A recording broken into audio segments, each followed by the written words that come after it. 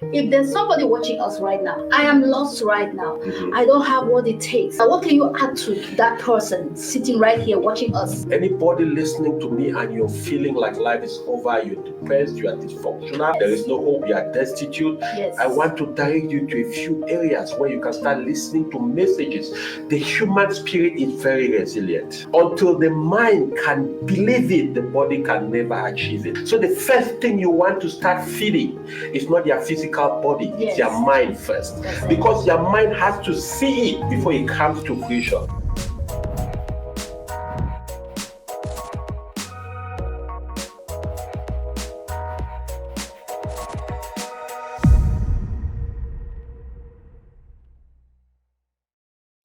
If there's somebody watching us right now, because most of them reach out to me, they have all these crazy situations. I am lost right now. I'm depressed right now. I don't have what it takes. My parents disown me. I don't have anybody to go to. I don't know where to start, right? Apart from, I know you've already told them that you do what you can. Apart from that, what can you add to that person sitting right here watching us and feeling lost, feeling depressed, feeling like life is... Yes. No, I think you add something very important, because unfortunately for most people at some point in life, you're going to feel that era when you feel like nothing is working, like all is lost, right? But here's the thing. The first thing I always start with, as long as there is life, there is hope, right? And hope is a good thing. No good thing ever dies. The second most important thing, again, I will still come back to something very critical. And this is just a little hack I'm going to share with you guys. Now, when you go to YouTube, any video you like on YouTube, you can always download that video so you can watch it online without data. Because I understand sometimes we have people living in parts of the world where Wi-Fi and internet might be a challenge, right?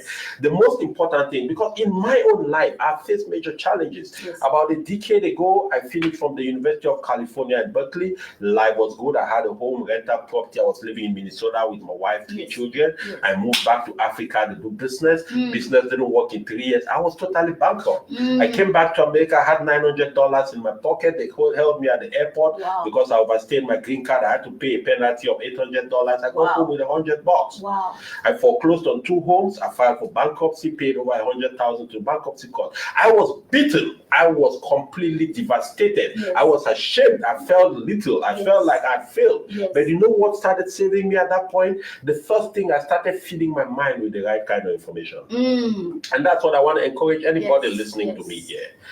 Anybody listening to me and you're feeling like life is over, you're depressed, you are dysfunctional, there is no hope, you are destitute, I want to direct you to a few areas where you can start listening to messages. Let me explain to you something about the human spirit. The human spirit is very resilient.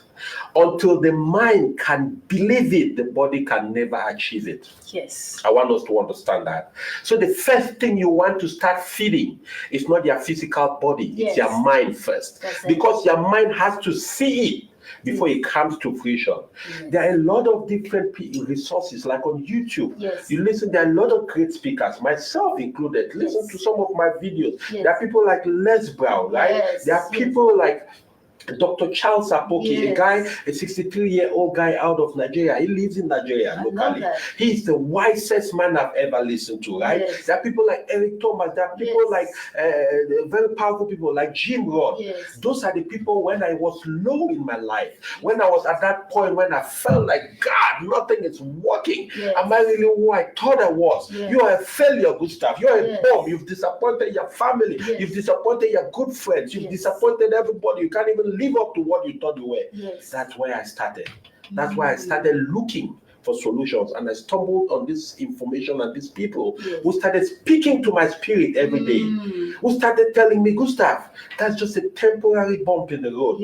Gustav, a temporary failure is not the it's not the final verdict on your destiny. Gustav, today can be rainy, dark, snowy, and blurry. Tomorrow is going to be sunshine. right? The only thing you have to do is to make yourself available so that way you can benefit from the sunshine. So anybody listening to me right now who is in that point in their life where they feel like, nothing is working, and by any chance, right, if you feel deeply depressed, please seek medical attention. Yes. The motivation is not going to save your life. That is different. But motivation is going to help you at least start giving you a reason why you have to even seek some kind of reasons to want to push forward. Hey, listen here, from the bottom of my heart, I really appreciate you stopping by the channel. Every time you stop by the channel to watch my content, it fills me with a lot of motivation to continue to find the best information to provide you. While you're on the channel, I also want to let you know that over 80% of people who watch my channel have not subscribed yet to the channel. Why don't you do me this favor? Go ahead and hit the subscription key and also hit the notification bell. That way, anytime I have new content, you'll be able to be the first one to get it. Let me explain to all the viewers here with us today. And Irene, this life we are living in, the one thing that is guaranteed is change. That's it. Right? And the second thing that is guaranteed, anybody who is successful in this life at achieving their goals, the one thing they've done that is universal to all of them, they always make sure they give themselves a chance to fight another day. That's it. Failures, you can count them in buckets. Firings, you can count them in buckets. I just told you I left the IT industry about 2.5 years ago, right? I mean, 2.5 years ago, I lost my dad. Right? I was working for one of the top IT companies in the world. This company is ranked now the third in the world. The owner of the company, multi-billionaire, worth about 90 billion. And I took some time off to go make arrangements so that our father's mortal remains could be shipped back to Cameroon for burial. And I'm driving on New York Avenue in Washington, D.C., heading to the Cameroon embassy, which is on Massachusetts Street, right? And my phone rings, and lo and behold, it's my manager on the other line. Gustav, how are you doing? I said, hey, Bob, I feel blessed. Awesome day to be alive. How are you? He said, no, all is well. He said, hey, Gustav, I know you took some 2 days off to go take care of some private issues, but I'm sorry, we got to let you go. I mean, think about it for a second. I'm trying to go bury my father. And then I'll be coming back without a job. That can be very confusing. It can be very destabilizing. I don't know what I'm going to do, right? At that point, you could easily tell yourself, oh my God, it's over, right? What am I going to do? But I took a few days, reflected on it, and I made a decision. I said, Gustav, anytime you let somebody feed you, you are giving them authorization to starve you. That's one. I like this. The second decision I made, I told myself, for 20 years I've been in America, I've bet on everybody else. I've worked for top IT companies, but I've never fully bet on myself to see what is it that is my purpose. What is it that I can do with the gift and the calling that God gave me. Let me put that to use, because let me tell you why. All the great things we enjoy in this world today didn't come from people who were afraid to fail. It came from people who decided that they were going to work on the gift that they have until it comes to fruition. I love that. I don't know if I make sense. You make so if you listen to us out here, we are not sitting here. I'm not sitting here talking to anybody like I'm superior. No. I'm not sitting here talking to anybody like somebody who achieved everything they wanted in their life. But I'm sitting here talking to you that I might relate to some of the challenges you've been through. Because to get to where you want to be, you must go through where you never wanted to be. Thank you. That is what developed that resilient spirit. That is what developed that mindset. That is what developed that ability, which they call in pidgin a Cameroon chop fire, which is a description of just the ability to say, I'm not letting go. Not letting this right? I love this. I love this. Listen, I always give the analogy of an eagle. Or a bird in general. Have you seen how birds train their little ones how to fly? They don't take them and put them on their wings and be flying with them. Once they are of age and they develop wings, they take them out of the nest and drop them. They try to fly, it's not working, they catch them before they fall. They bring them back to the nest. They drop them again. They try to fly. Before long, their wings are getting stronger and they learn how to flap their wings and go. right? Life, the way I see it, the way I understand it now, 47 years alive, you know, bankruptcies, foreclosures, struggles, you know, feelings of dejection, different things. The way I see life today is, as I said, if you are expecting a destiny changer, make sure you are ready to be a destiny receiver. Yes. Right? And I like the fact that you run programs, which of course I'm going to support some of those programs when the time comes. You run programs to empower people, to give people a chance to find and do something. Listen, let me tell you, most human beings are born ambitious. Yes. Most human beings are born hardworking. Yes. Most human beings are born good and positive people. Yes. A lot of the things that are negative in our lives are learned habits, right? And our messages that we tell ourselves. There is an MIT study, Irene, that says if you tell somebody you cannot do it, you need to tell them 16 times, and on the 16th time before they will believe in their subconscious that they can do it. As we know, most of us grew up under circumstances where we were not implicitly encouraged to be ambitious. Right?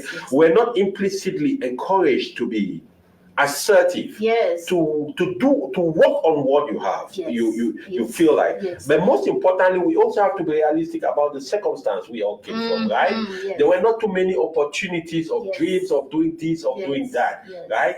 But now we are living in a time when things have evolved a little bit. I was watching a young lady out of England. This young lady is a comedian, right? A stand-up comedian. And this was such a beautiful show. Each time I think about it, I just feel goosebumps on me because it's a combination of everything. Now she had this massive show, right? And they brought in about 11 other younger comedians to open up for her, and she did the final one. So now, in the middle of her presentation, her parents were there, mother, father, her brothers, a couple of them. She called them to stand. All of them stood up. Big family, you know, Nigerians usually, Africans, we have big families. Myself, I come from a family of 34, 10 mothers. So now her brothers and sisters were there, and she started introducing them. This one, doctor, physician, all the different things, and then introduced her dad, and then introduced her mom. And then, you know, she said, Mom, you know, I just had to get this one off my chest.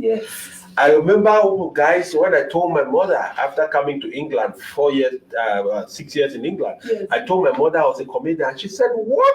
You mean you are a clown? What am I going to tell my friend Bolada my daughter is doing? When her sisters are doctors, her brothers are this, you are a clown?"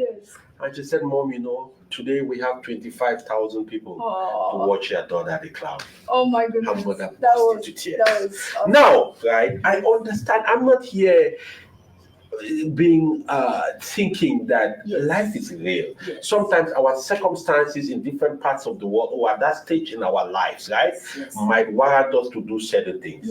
But you always have to keep your work next to you, because there is your job and there is your work, right? Your job is what you do for a living. Your work is what you do for a legacy. You can be fired from your job like I was fired from my job. Then you cannot fire me for my work. This is my work. You cannot fire me. This is what I do. This is what I'm born to do. This is my purpose. You cannot fire me. The only way you can fire me is to kill me. But if you kill me today, my videos on YouTube are going to speak for me for 100 more years, right?